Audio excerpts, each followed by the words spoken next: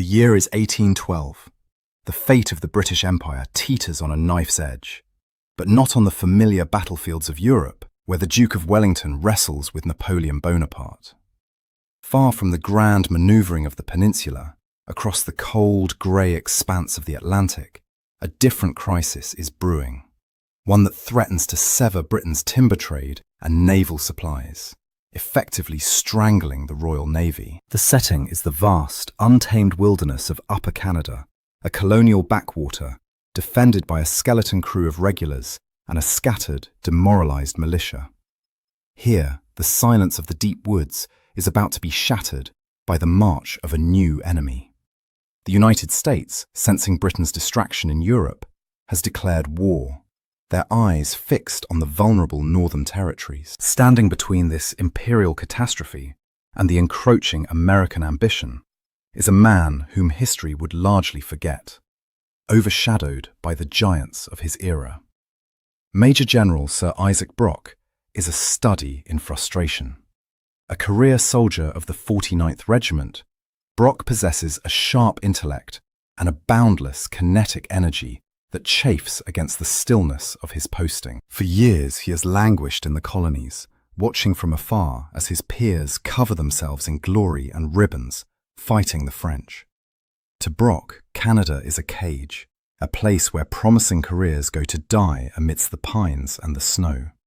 He yearns for the clash of major armies, but fate has handed him a crumbling frontier outpost, ill-equipped, underpopulated, and seemingly doomed. However, the true danger Brock faces is not merely the approaching American army, but the parchment orders sitting on his desk.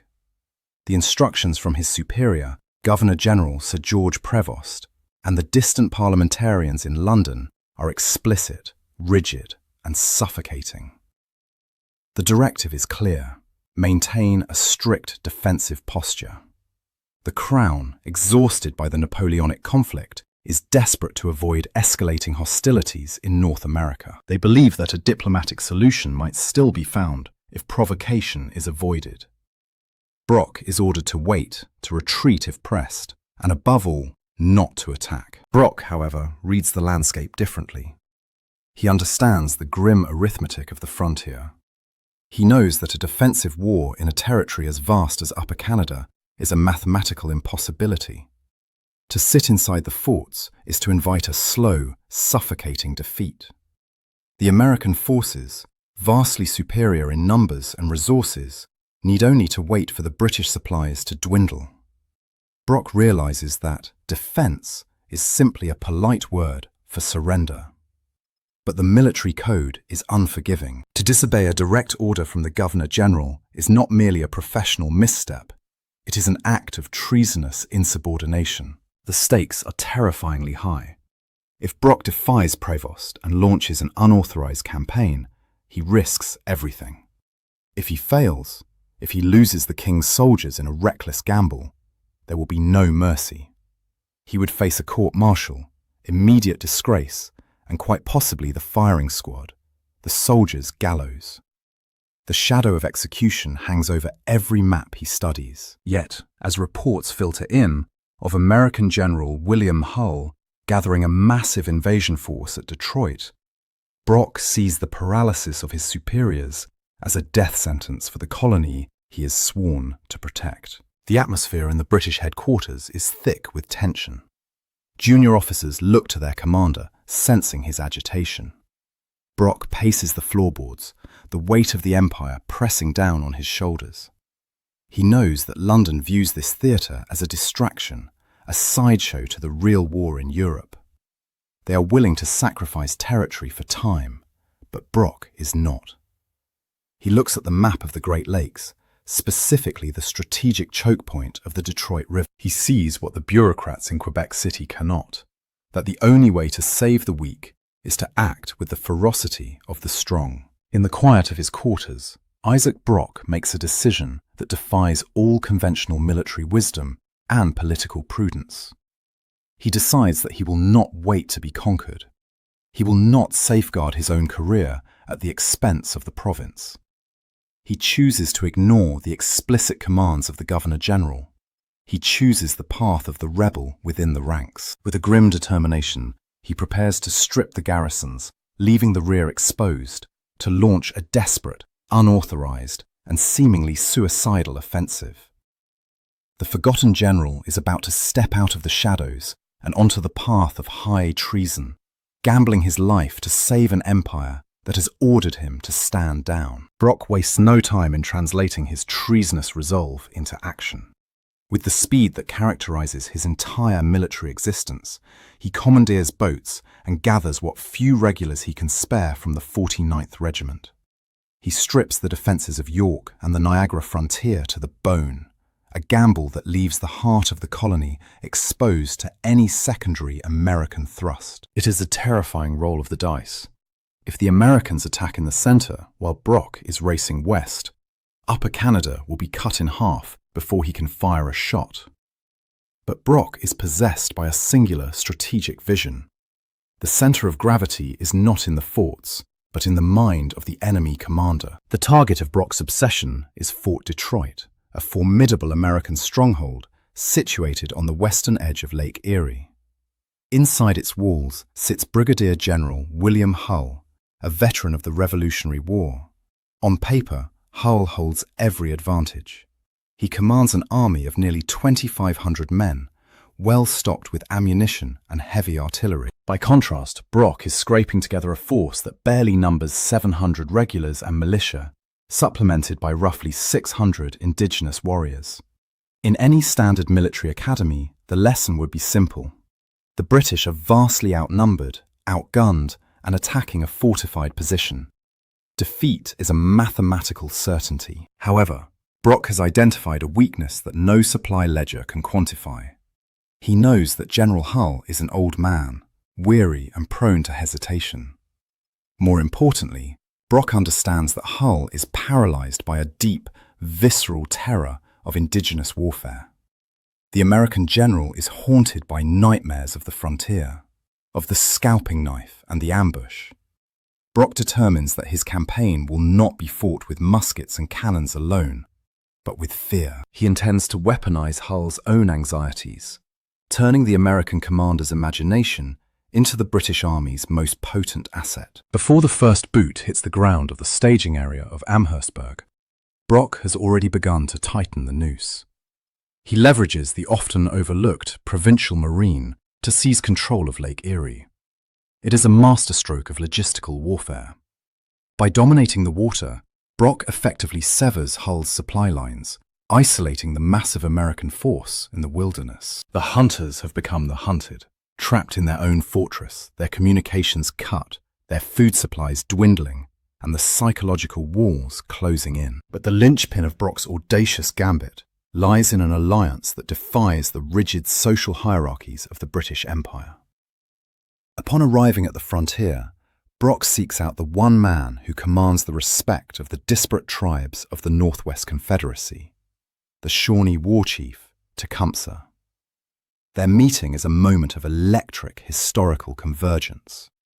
On one side stands Brock, the tall, scarlet-coated aristocrat, a symbol of imperial order. On the other stands Tecumseh, a warrior statesman of immense presence, fighting a desperate war for his people's survival against American expansion. In a move that shocks his own staff, Brock breaks with all established protocol. He does not treat Tecumseh as a subordinate or a mercenary. He treats him as an equal. In the flickering light of a council fire, Brock unfolds his maps and shares his plans openly, asking for the chief's counsel.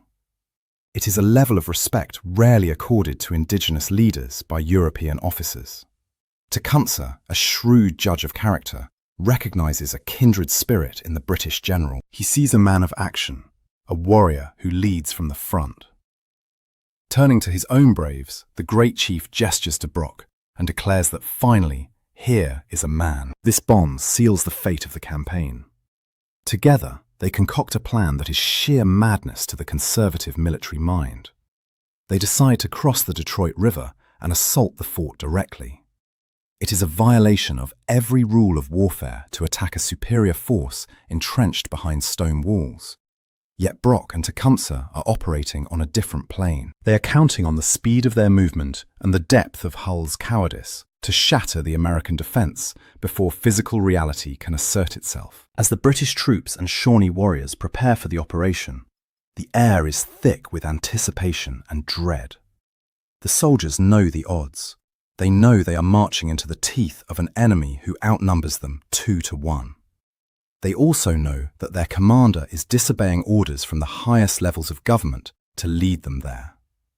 But as they look at Brock, energetic and confident, and at Tecumseh, stoic and fierce, a strange confidence begins to take hold. They are about to launch an impossible attack, driven by a general who fears failure more than death, and a chief who fights for the very soul of his land. The audacious gambit is in motion, and there is no turning back. The battle for Detroit begins not with the roar of cannon fire, but with the quiet scratch of a quill pen. Brock, acutely aware of General Hull's psychological fragility, initiates a campaign of deception designed to break the enemy's will before the armies even meet.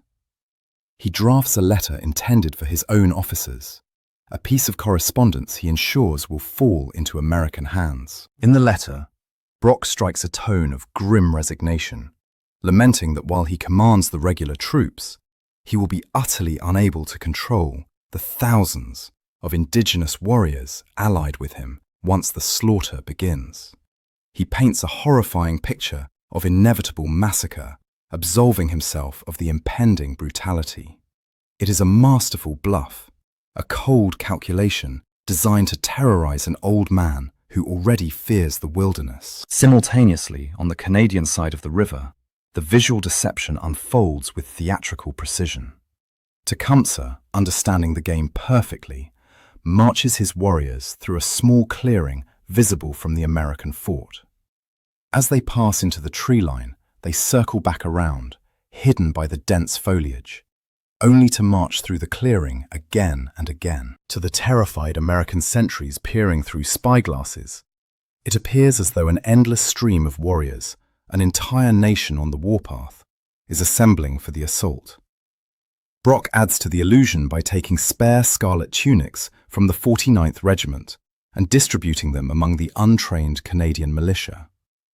From the distant ramparts of Detroit, the ragged farm boys of Upper Canada are transformed into the disciplined, feared regulars of the British line. Hull sees an army twice its actual size, a red wall of imperial power, flanked by a horde of unstoppable warriors. While this theatre of fear plays out on the frontier, a very different kind of conflict is simmering in the halls of power. In Quebec City and London, the political machinery is grinding against Brock's initiative. Governor-General Prévost is besieged by anxiety. Diplomatic channels suggest that the American government might be open to a truce, a suspension of hostilities that could end the war before it truly begins. To the cautious administrators, Brock's aggressive posturing is a nightmare, a cowboy diplomacy that threatens to derail sensitive negotiations. They view his movements not as heroism, but as a dangerous liability. Letters are hastily written, sealed with the wax of imperial authority, commanding Brock to cease all offensive operations immediately. Riders are dispatched with urgent orders to rein in the rogue general. The political establishment is mobilizing to stop him, to pull him back from the brink of what they perceive as a catastrophic error. Brock is fighting a dual war, one against the Americans in front of him and another against the bureaucracy behind him. He knows the orders to halt are likely already on the road, carried by couriers riding hard to catch him. He is racing against the speed of the mail service. If the orders arrive before he takes Detroit, he will be forced to stand down, leaving the colony vulnerable and his career in ruins. On the morning of August 15th, Brock decides he can wait no longer. He orders the British shore batteries to open fire. The silence of the river valley is obliterated as iron roundshot hammers the wooden palisades of Fort Detroit. Inside the fort, panic begins to take hold. The bombardment is relentless, smashing into the officers' mess and killing men instantly. General Hull, shaken and swilling heavily from a bottle of brandy, cowers in the safety of a hardened shelter. his resolve crumbling with every impact. The next morning, Brock plays his final card. Clad in his full dress uniform, a brilliant scarlet target against the green and brown of the landscape, he leads his troops across the river. It is a movement of supreme confidence. As the British boats hit the American shore, the troops form up for a bayonet charge. They are marching toward a fortified enemy equipped with heavy cannons that could shred their ranks with grape shot in seconds. To the soldiers in the line, it feels like a death march. But Brock rides at the front, calm and imperious, betting his life that the psychological seeds he planted have taken root. He is defying the crown to serve the crown, pushing forward into the kill zone, while the orders to retreat are galloping toward his empty headquarters. The clash of wills has reached its zenith. The paralyzed fear of General Hull, the cautious indecision of the British government, and the singular, driving audacity of Isaac Brock. As the British columns advance, the air hangs heavy with the expectation of a slaughter. But Brock's eyes remain fixed on the flagpole of the fort, waiting for a sign that his gamble has paid off. As the British regulars and Canadian militia close the distance to the fort's earthworks, the tension is palpable. Every soldier in the line braces for the inevitable eruption of the American batteries. They are walking directly into the kill zone of 24-pounder cannons, weapons capable of tearing through entire ranks of men with gruesome efficiency. The silence is deafening, broken only by the rhythmic tramp of boots and the rustle of equipment. Brock rides tall, a figure of icy calm amidst the anticipated storm, his eyes locked on the ramparts. He is gambling everything on the fragility of one man's nerve. Then, a sight appears that defies belief. Instead of the flash of muzzle fire, a white flag flutters above the walls of Fort Detroit. A ripple of disbelief passes through the British ranks. The American guns remain cold. General Hull, undone by the relentless bombardment and the terrifying prospect of an indigenous massacre he imagined to be inevitable, has crumbled completely. He does not merely offer a parley, he offers a total capitulation. The surrender that follows is one of the most lopsided victories in military history. In a stunning reversal of fortune, General Hull agrees to surrender his entire army. The gates of the fortress swing open, and the American garrison, nearly 2,500 strong, marches out to stack their muskets before Brock's vastly smaller force. It is a spectacle of surreal proportions. 700 British and Canadian troops, flanked by 600 warriors, accepting the surrender of an army more than double their size. The spoils of this audacious gamble are staggering.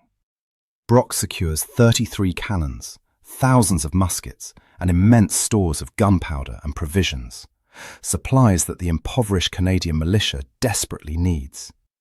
Even the American brig Adams, a key vessel for control of the lakes, is handed over and swiftly renamed the HMS Detroit. In a single stroke, Brock has not only neutralized the primary invasion threat to Upper Canada, but has also re-equipped his own army at the enemy's expense.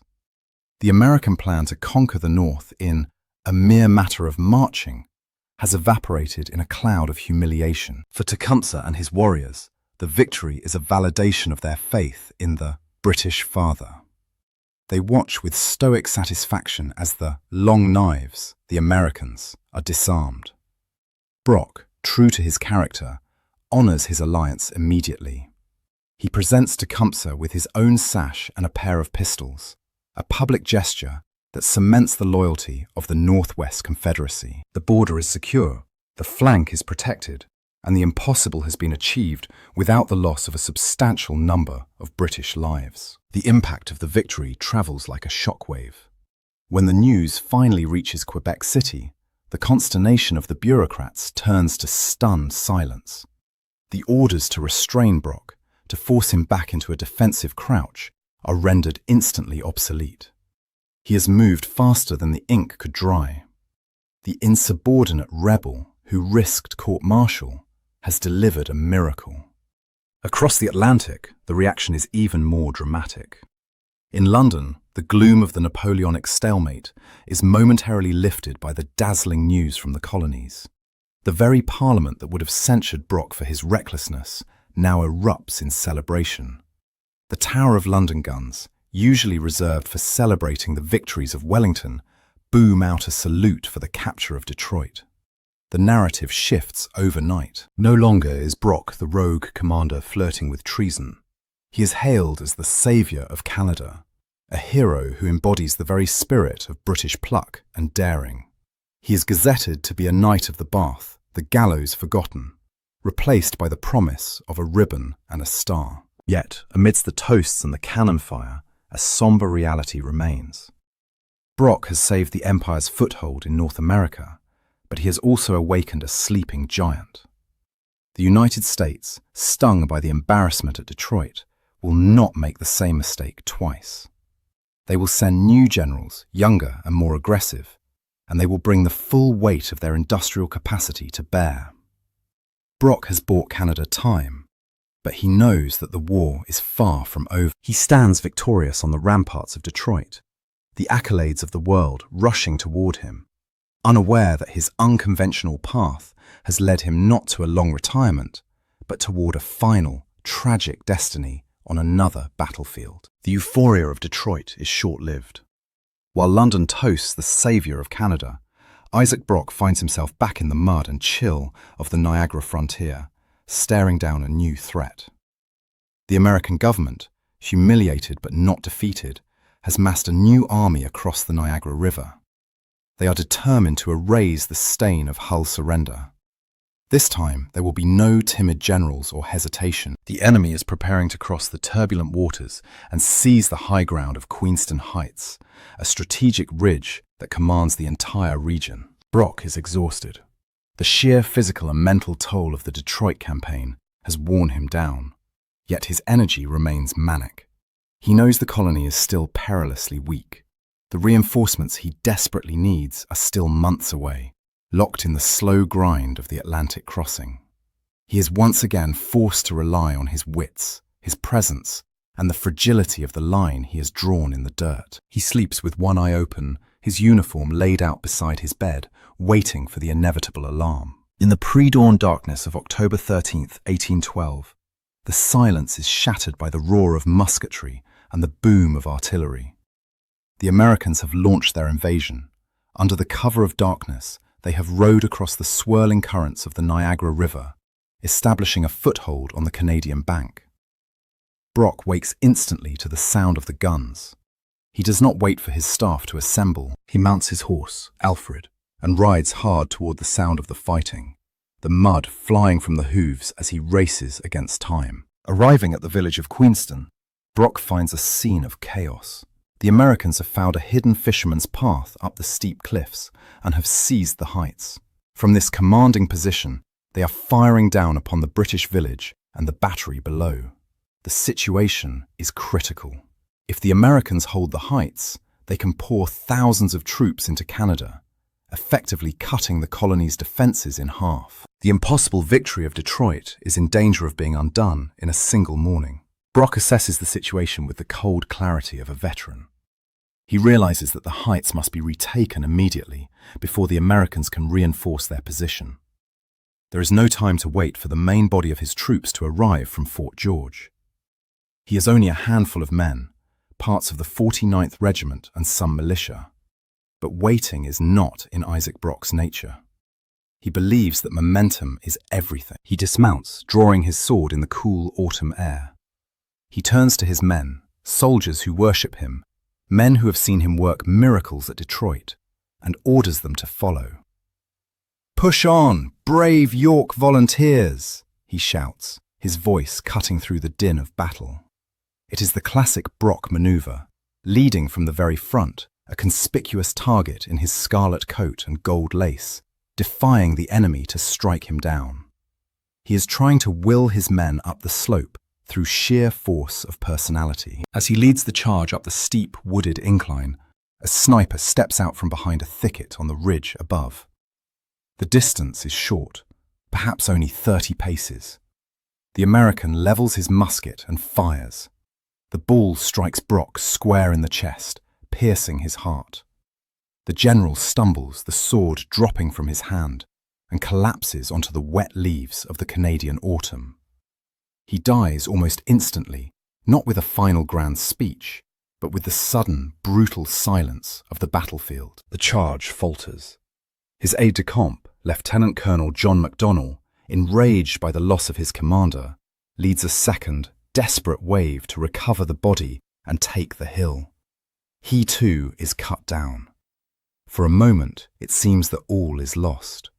The British line breaks, retreating down the hill, leaving the bodies of their leaders on the slope.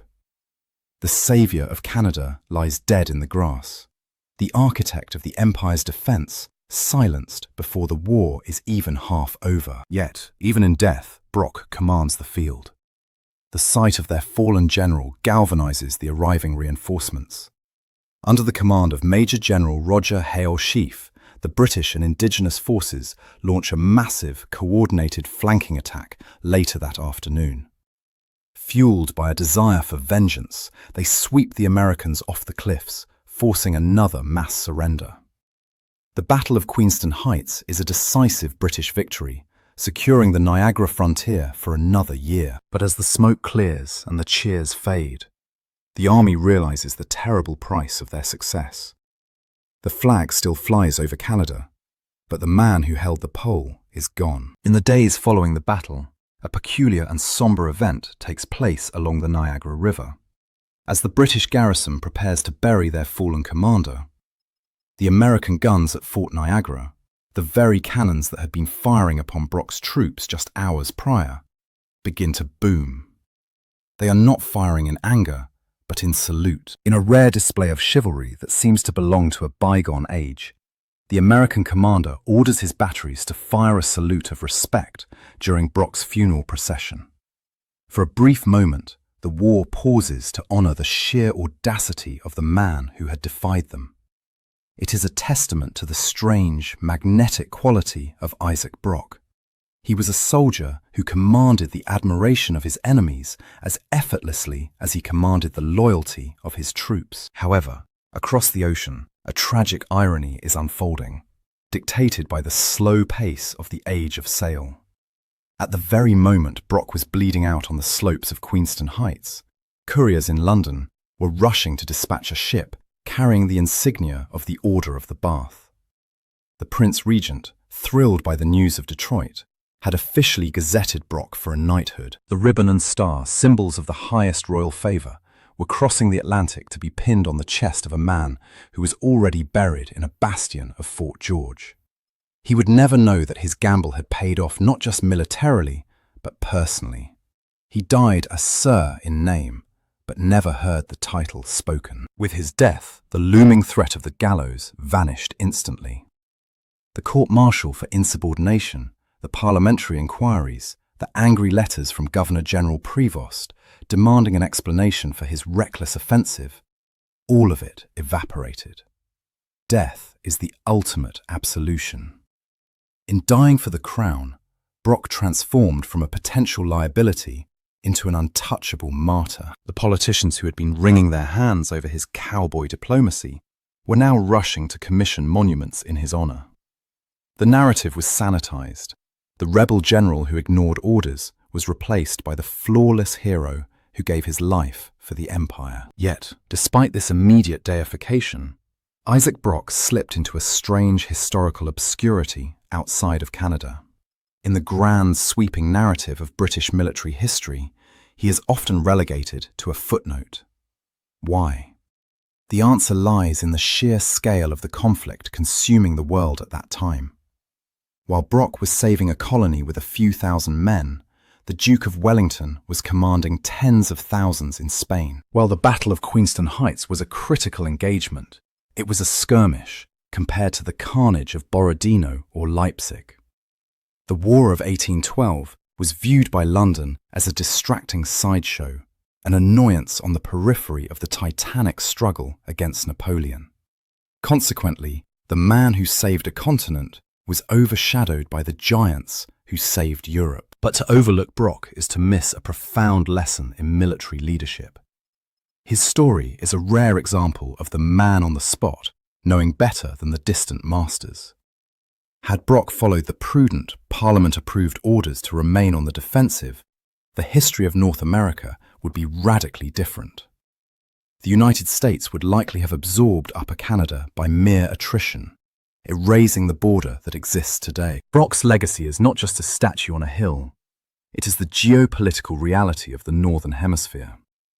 He proved that there are moments when the greatest risk is not action, but inaction, and that sometimes a general must be willing to sacrifice his career to save his cause. As the war dragged on for 2 more bloody years, the British leadership often found themselves wishing for another Brock. They sent more generals, more ships, and more regiments, but they could never quite replicate the electric momentum of those first few months. The forgotten general had set a standard of decisive, terrifying energy that neither his successors nor his enemies could ever quite match. The War of 1812 ended in a stalemate, a status quo ante bellum, where boundaries were restored and treaties signed. To the casual observer of history, it might appear that nothing changed. But this view ignores the fundamental reality that without Isaac Brock, there would have been no status quo to restore. There would have been only conquest. His defiance did not merely win a battle, it ensured the survival of a distinct cultural and political entity in North America. He literally drew the border with his sword, carving out a space where a separate nation, Canada, could eventually emerge. Brock's story forces us to reevaluate the nature of military command. In an era defined by rigid hierarchies and strict obedience to the crown, he embodied the paradox of the loyal rebel. He understood that true loyalty sometimes demands disobedience. He served the king's interests by defying the king's orders. It is a dangerous lesson, one that military academies are hesitant to teach, but it is the defining characteristic of the most pivotal figures in history. Nelson at Copenhagen putting the telescope to his blind eye. Brock at Detroit ignoring the letters of recall. These are the moments where the individual will supersedes the collective machinery of the state. Today, on the heights above the Niagara River, a massive limestone column towers over the landscape. At its summit stands the figure of Isaac Brock, arm outstretched, forever pointing toward the American shore. He is buried beneath it, alongside his aide-de-camp, MacDonald. It is a place of pilgrimage for those who know the story, but for the wider world, he remains a ghost. He is the forgotten general who fought a forgotten war. Yet, his influence is woven into the fabric of the modern world. Every time a map of North America is drawn, the line separating the United States from Canada stands as a silent testament to his audacity. The Redcoat era is often remembered for the discipline of the line, the unbreakable square, and the rhythm of the drum. But the story of Isaac Brock reminds us that beneath the uniform and the drill, the fate of empires often rests on the shoulders of a single individual willing to risk the gallows for a chance at glory. He was a man who saw the impossible not as a deterrent, but as an invitation. In the end, he saved an empire, defied a parliament, and became a legend, all before the mail could arrive to tell him to stop. If you enjoyed this deep dive into the forgotten hero of the British Empire, make sure to hit that like button. It really helps the channel grow. And if you want more stories of military audacity and historical gambles, don't forget to subscribe and ring the bell so you never miss an upload. What do you think? Was Brock a genius or just lucky? Let me know in the comments below. Thanks for watching, and I'll see you in the next one.